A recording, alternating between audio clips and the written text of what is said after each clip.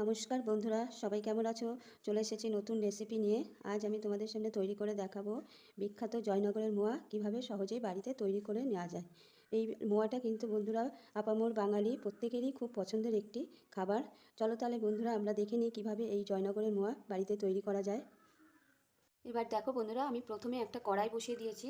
এই কড়াইতে 4 কাপ মেপে এই যে নলেন গুড় দিয়ে দিচ্ছি।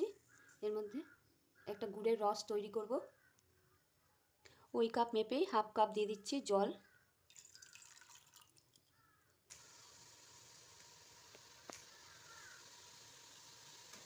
এই রসটা কিন্তু বন্ধুরা খুব গাঢ় হবে না, আবার একদম জলের মতন থাকবে না, হালকা একটু ফুটলেই নামিয়ে নেব।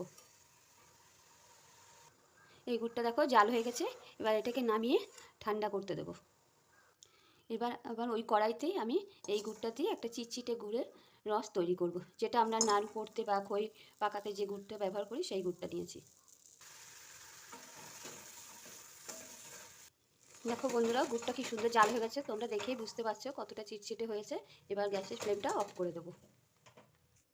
এবার আমি কিছুটা করে খই নিয়ে এই গুড়ের মধ্যে দিয়ে দেব।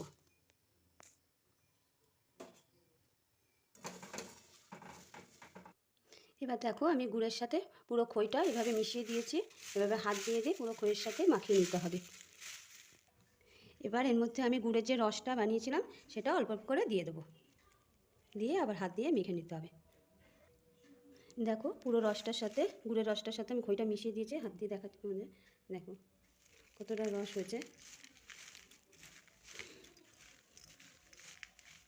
এবার এটাকে আমি 8 থেকে 10 ঘন্টা এইভাবে ঢাকা দিয়ে রেখে দেবো। প্রায় 10 ঘন্টা হয়ে গেছে। এবার ঢাকনাটা আমি খুলে দেখি কী পর্যায়ে এসছে। দেখো খইটা কতটা বসে গেছে আর কতটা নরম হয়েছে। এই দেখো তোমাদের দেখাচ্ছি, দেখেই বুঝতে পারছো। এবার এর মধ্যে আমি কয়েকটা জিনিস অ্যাড করব। এর মধ্যে দিয়ে দেবো দেখো খোয়া ক্ষীর। আমি খোয়া ক্ষীরটা একটু গুঁড়ো করে নিয়েছি। এই খোয়া ক্ষীরের গুড়টা এর মধ্যে দিয়ে দেবো। এই খোয়া ক্ষীরটার জন্যই কিন্তু বন্ধুরা মোয়াটা এত টেস্টি হয়, আর এটা যত দেবে ততই মোয়ার টেস্ট বাড়বে। আমি এখানে 1.5 চামচ মতো দিলাম, আর দিয়ে দিচ্ছি এলাচের গুঁড়ো। এবার সব একসাথে ভালো করে মেখে নেব।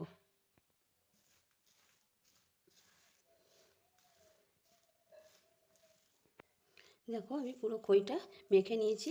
এবার এরকমভাবে ডলা পাকিয়ে এক একটা বলের আকারে তৈরি করে নেব। সরি বন্ধুরা, আমি একটা জিনিস দিতে ভুলে গেছি, স্কিপ করে গেছি। এই যে একটু ঘি দিয়ে দিতে হবে এর মধ্যে, দিয়ে আবার আমি ভালো করে মিশিয়ে নিচ্ছি। ঘি দিয়ে ভালো করে মিশিয়ে নিয়েছি। এবার আমি মোয়াগুলো একটা একটা করে তৈরি করে নেব এইভাবে হাতের সাহায্যে। দেখো বন্ধুরা, মোয়াগুলো সব তৈরি করা হয়ে গেছে। এই দেখো, এবার এটাকে একটু সাজিয়ে নেব। সাজানোর জন্য দেখো এর উপর থেকে দিয়ে দিচ্ছি একটা করে কাজু, একটা কিশমিশ। এইভাবে প্রত্যেকটার মধ্যে আমি সাজিয়ে নেব। দেখো প্রত্যেকটা মোয়ার উপরেই কাজু কিশমিশ দিয়ে আমি সাজিয়ে নিয়েছি। এবার এর উপর থেকে একটু খোয়া ক্ষীর ছড়িয়ে দেব। খোয়া ক্ষীর ছড়িয়ে দিয়েছি। এবার দেখো কেমন লাগছে বন্ধুরা। কেমন লাগলো আজকের ভিডিওটা তোমাদের বন্ধুরা, বিখ্যাত জয়নগরের মোয়া রেসিপি। ভালো লাগলো অবশ্যই জানিও। তাহলে সবাই ভালো থেকো, সুস্থ থেকো। আজ চলি, টাটা। দেখা হবে পরের ভিডিওতে।